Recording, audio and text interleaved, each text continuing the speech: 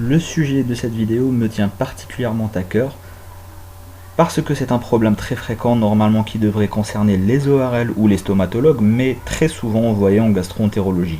Je parle des aftes buccaux. J'essaierai ultérieurement de faire d'autres vidéos sur les autres lésions buccales comme les lésions blanches ou alors les formations qu'on pourrait rencontrer, mais concentrons-nous pour l'instant sur les aftes et revenons donc à nos moutons.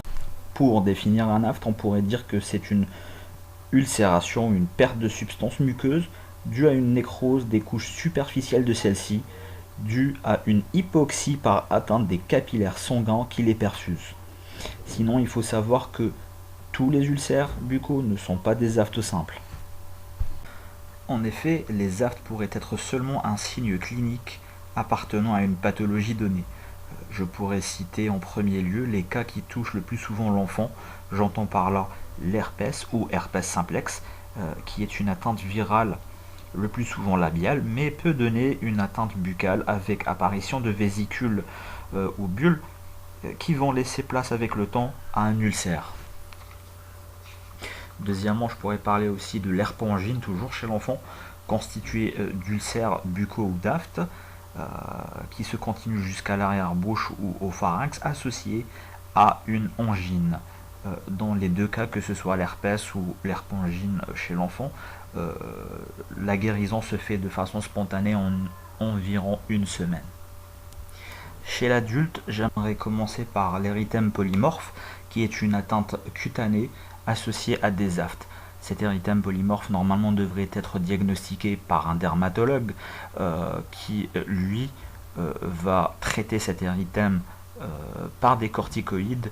Ces corticoïdes vont traiter en même temps ces aftes qui sont apparus en concomitance avec les lésions cutanées. Donc faire la relation entre les deux et ne pas s'inquiéter, normalement ça devrait rentrer dans l'ordre. Il y a aussi les maladies inflammatoires, à savoir la maladie de B7 qui est une vascularite inflammatoire qui touche en général plusieurs organes et peut donner des aftes. Ces aftes sont bipolaires, c'est-à-dire qu'ils touchent la sphère buccale et aussi génitale. Ça pourrait aussi toucher les yeux, donc avec des atteintes oculaires, des atteintes articulaires et des atteintes dermatologiques. Il y a un score à faire pour diagnostiquer cette maladie avec des points pour la clinique et des points pour la biologie. En général, quand les aftes sont bipolaires, c'est-à-dire encore une fois génitaux et buccaux, eh bien ça oriente fortement le diagnostic qui, après m'être mis sous immunosuppresseurs, sous corticoïdes, eh bien réagissent bien et surtout pour les aftes, ça devrait disparaître sous traitement. Autre maladie inflammatoire, la maladie de Crohn. Ici, il faut savoir que les aftes buccaux sont très rarement, exceptionnellement isolés. Dans la plupart des cas, le tableau digestif est vraiment bruyant, le tableau clinique plus bas situé dans le système digestif, et les aftes vraiment vont passer au second plan dans les signes cliniques. Après les maladies inflammatoires, j'aimerais parler d'une atteinte infectieuse qui touche le plus souvent l'adulte. Je parle de la syphilis, due au Treponème pallidum. Donc la syphilis qui pourrait se manifester par le chancre syphilitique. Donc voilà, la lésion d'où rentre le Treponème pallidum va s'ulcérer petit à petit pour constituer le chancre. L'un des signes majeurs en faveur de cette affection, c'est le fait que l'afte ou l'ulcération n'est pas douloureuse et en général elle s'associe à des adénopathies, des ganglions retrouvés en local. Et ne pas hésiter à rechercher la syphilis devant un afte non douloureux, ça évitera aux patients de passer en syphilis secondaire voire tertiaire, ce qui est catastrophique. Si on élimine une maladie qui cause des aftes comme on vient de les voir et que les aftes sont récidivants sans cause apparente, eh bien on est devant une stomatite aftoïde récidivante, c'est-à-dire que le patient, le sujet présente des aftes sans cause vraiment évidente, mais le problème c'est que ça récidive. Ces aftes sont favorisés par un pH buccal acide, on reverra ça dans le traitement, par des phénomènes hormonaux comme les menstruations ou la grossesse chez la femme. La fréquence de récidive, elle, varie considérablement entre les patients ou les sujets, donc de quelques jours, quelques mois, voire plusieurs années après un aft. Donc ça dépend des patients. L'autre problème de cette aftose, enfin une stomatite aftoïde récidivante, c'est que l'aft peut être majeur et laisser des cicatrices après sa guérison. Et là, il faudra toujours rechercher une carence en vitamine B12, une maladie de Birmer, voire faire une fibroscopie, rechercher une carence en acide folique, voire refaire un test pour rechercher une syphilis ou une maladie de Crohn. Mais quand c'est creusant et l'aft est majeur, voilà, rechercher tout ce qu'on vient de dire et suivre, se faire suivre.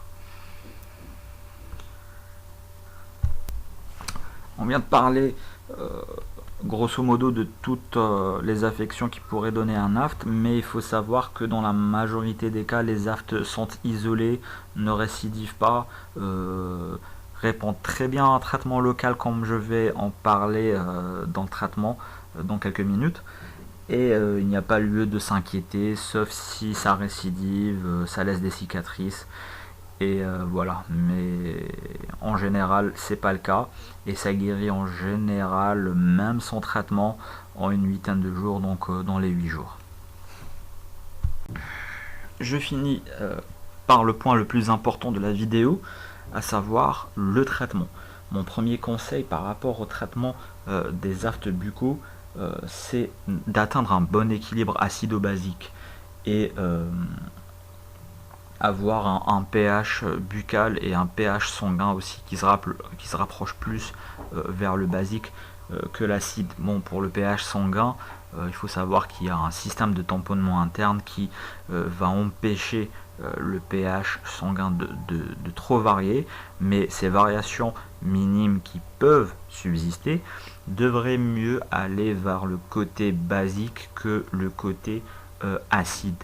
Comment obtenir un équilibre acido-basique? Eh bien c'est simple, c'est que les aliments acides, mais surtout comme le sucre, sont presque inévitables dans notre alimentation quotidienne.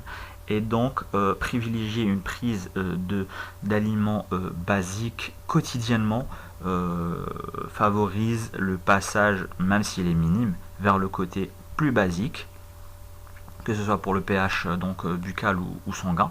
Je vais mettre dans la description de la vidéo un lien où vous pourrez cliquer et voir un tableau des aliments les plus basiques et les faire privilégier quotidiennement dans l'alimentation.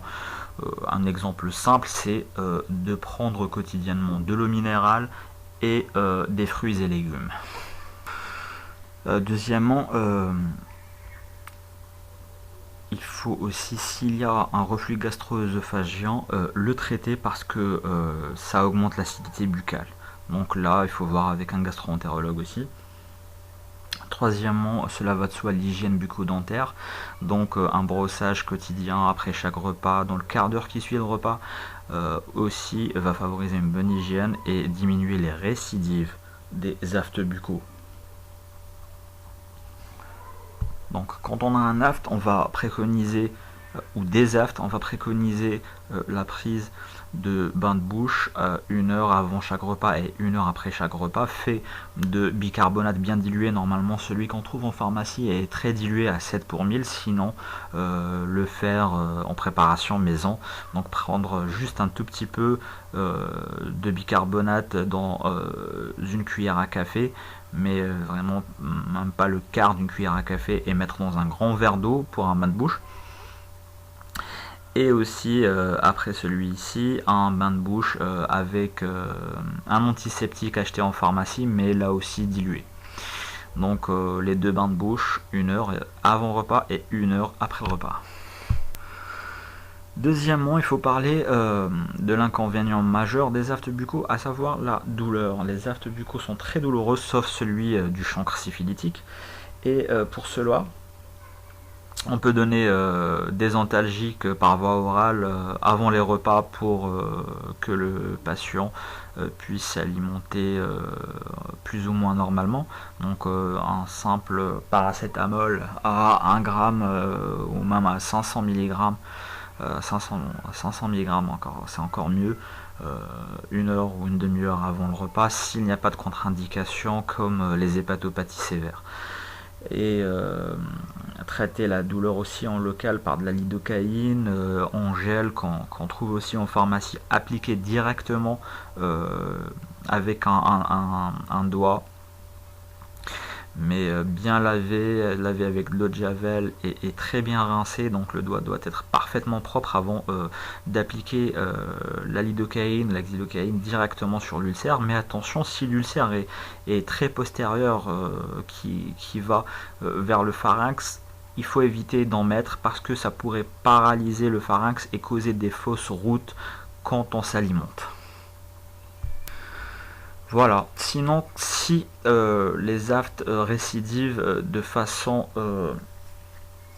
très rapprochée, il faudra éradiquer le streptocoque sanguis par de la tétracycline, c'est-à-dire acheter de la tétracycline à 250 mg pour un dosage, mettre le comprimé en entier dans un verre d'eau et le prendre en bain de bouche 4 à 6 fois par jour pendant 7 jours. Là, ça, c'est des antibiotiques, il faut les prendre vraiment quand les aftes récidivent beaucoup.